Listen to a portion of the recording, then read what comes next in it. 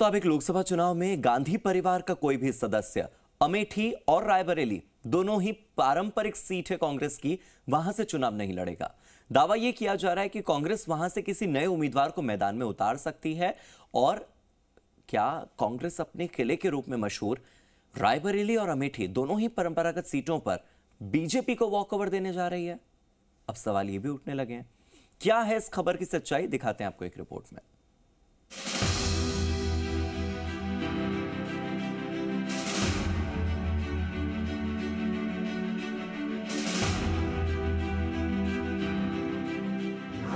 कांग्रेस के गढ़ में गांधी परिवार का सरेंडर।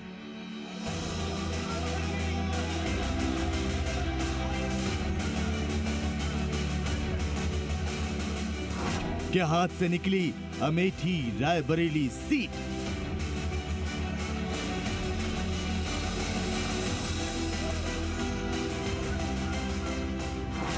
वहां अब की बार कौन लगाएगा बेड़ा पार?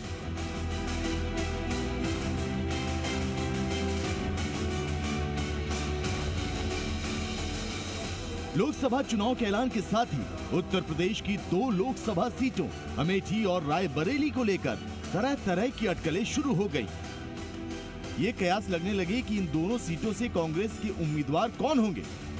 क्या राहुल गांधी 5वीं बार लड़ने के लिए अमेठी आएंगे या फिर वो अमेठी का चुनाव मैदान खुला छोड़ देंगे?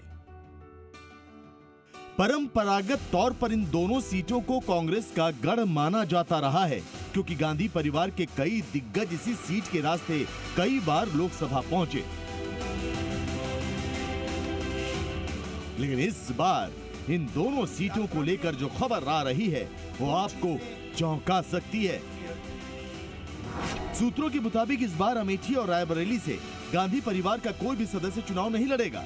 दावा यह किया जा रहा है कि कांग्रेस महासचिव प्रियंका गांधी लोकसभा चुनाव मैदान में नहीं उतरेंगी, तो राहुल इस बार भी वायनाड से लोकसभा पहुंचने का रास्ता तलाशेंगे। वायनाड से राहुल गांधी की उम्मीदवारी का तो ऐलान हो भी चुका है। वहीं सोनिया गांधी पहले ही राज्यसभा के जरिए संसद पहुंच चुकी हैं। तभी यह साफ हो गया था कि वो लोकसभा चुनाव नहीं लड़ेंगी। यानी अमेठी और रायबरेली की परंपरागत सीट पर गांधी परिवार इस बार किसी और को मौका दे सकती है। देखिए, हमारी सारी तैयारियां पूरी हैं। कांग्रेस के हर स्तर की मीटिंग हो गई है। हम इंतजार कर रहे थे। अब हमारी जो उम्मीदवारों की सूची पूरे देश में है वो जारी हो जाएगी। ऐसे में सवाल उठ रहे हैं कि क्या यहां लड़ने से पहले ही कांग्रेस ने सरेंडर कर दिया है? क्या दोनों परंपरागत सीटों पर उम्मीदवार गैर गांधी परिवार से उतरेंगे? क्या दोनों सीटों पर कांग्रेस ने बीजेपी को वॉकओवर दे दिया है? ये सवाल इसलिए उठ रहे हैं क्योंकि 2019 के महामुकाबले में अमेठी सीट पर तत्कालीन कांग्रेस अध्यक्ष राहुल गांधी को स्मृति ईरानी से करारी शिकस्त झेलनी पड़ी। राहुल की हार को 2019 के रण की सबसे बड़ी हार माना गया, क्योंकि इस हार के साथ ही ढह गया था कांग्रेस का सबसे मजबूत किला और टूट गई थी कांग्रेस की तमाम उम्मीदें और बिखर गया था पार्टी कार्यकर्ताओं का सपना। वहां न राहुल की रणनीति काम आई थी, न ही प्रियंका गांधी का करिश्मा कमाल दिखा सका था। गांधी परिवार पर जमकर प्यार बरसाने वाली अमेठी की जनता ने भाई बहन की जोड़ी से मुंह मोड़ लिया था।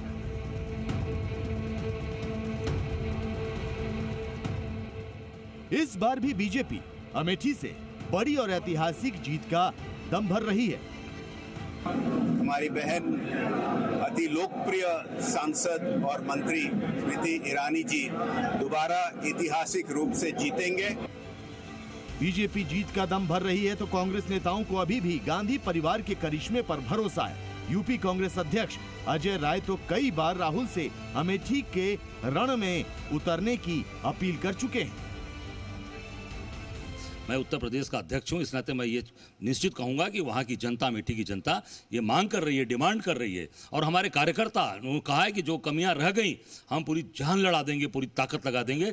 और राहुल गांधी को हमको चाहिए, राहुल गांधी जी को हर हाल में हम लोग यहाँ से चुनाव लड़ाकर अब भारी से भारी प्रचंड बहुमत से चुनाव जिता कर भेजेंगे। लेकिन इस बार समाजवादी पार्टी के साथ यूपी में इंडिया गठबंधन के बैनर तले उतर रही कांग्रेस के लिए अमेठी और रायबरेली की जंग इतनी आसान भी नहीं,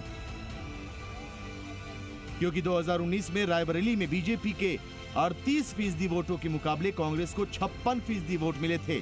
तब एक बैनर तले उतरी एसपी बीएसपी ने कांग्रेस के समर्थन में कोई उम्मीदवार नहीं उतारा था, लेकिन इस बार बीएसपी अकेली ताल ठोक रही है। वहीं अमेठी में एसपी बीएसपी के समर्थन के बावजूद कांग्रेस को बीजेपी के मुकाबले करीब 6% कम वोट मिले थे। इस बार तो बीएसपी के वोट काटने का भी खतरा है। वहीं बीजेपी को भरोसा है कि विकास कार्यों की बहार जीत का परचम लहराने में उसके लिए मददगार साबित होगी। 10 साल पहले भारत में केवल 16% घरों में नल से जल पहुंचता था।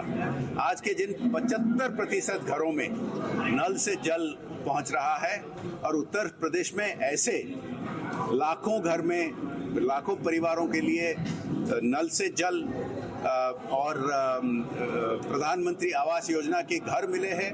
बहुत सारे लोकहित में निर्णय लिए गए हैं।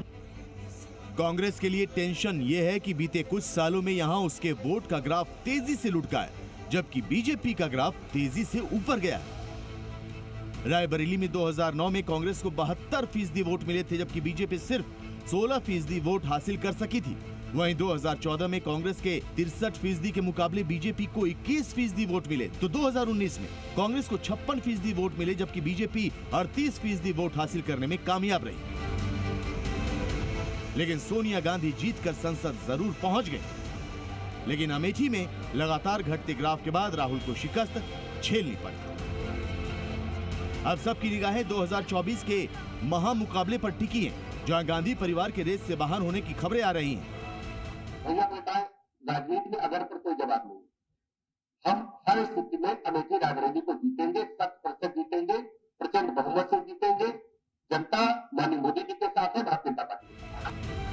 आपको बता दें कि अमेठी और रायबरेली में 5वें चरण में 20 मई को वोट डाले जाएंगे।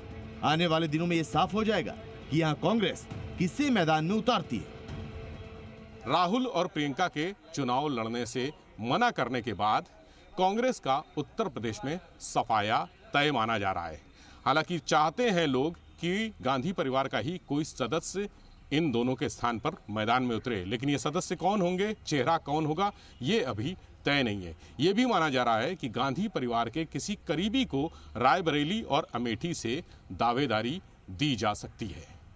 कैमरा से अमर शाह के साथ विवेक त्रिपाठी, जी मीडिया, लखनऊ।